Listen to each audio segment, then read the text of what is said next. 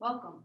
Many of us have a lot of issues trying to step forward into a low lunge or high lunge, especially from a down dog or even from a tabletop position. So here are some tips and tricks to help you navigate that often tricky step forward that a lot of us struggle with. So let's just start on a tabletop position here. Many of us are from here, and maybe downward dog is not in your practice, but you still have to find yourself stepping forward. A lot of times, some of us will do a puppy instead of a downward facing dog, or maybe just stay in our table position.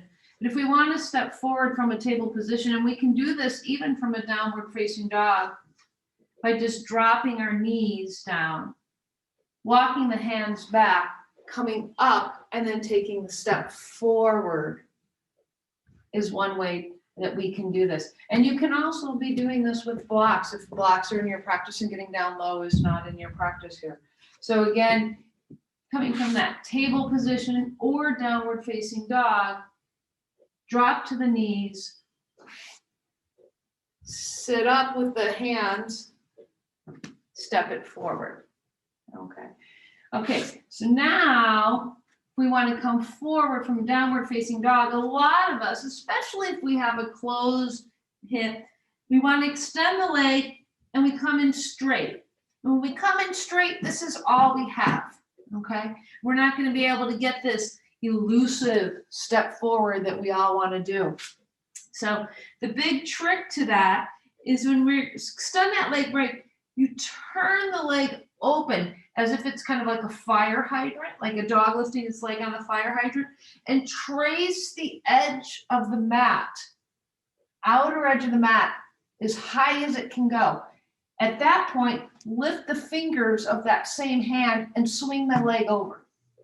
Here, you're going to be in that high lunge. Now, it's important to always keep the ankle just above the knee. So if we find ourselves still not quite far enough, that's when we step the knee back, bring our upper body upright, and just walk it forward back into that full step.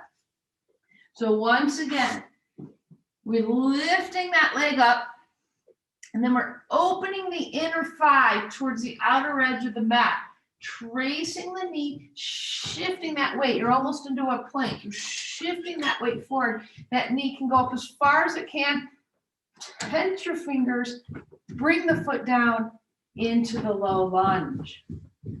Now from here, you want to make sure those legs are hip distance apart. So you don't want to be on a tightrope. So you might need to open up the legs. Always square off those hips so the leg that's forward, pull that hip back, feel those inner thighs squeezing together, and that will give you a lot of stability for moving into any kind of low lunge. So once again, from that downward facing dog, if you lift that leg, whether it's straight back, you can even do this from the knees. Open the leg up wide so that that inner thigh is parallel to the mat.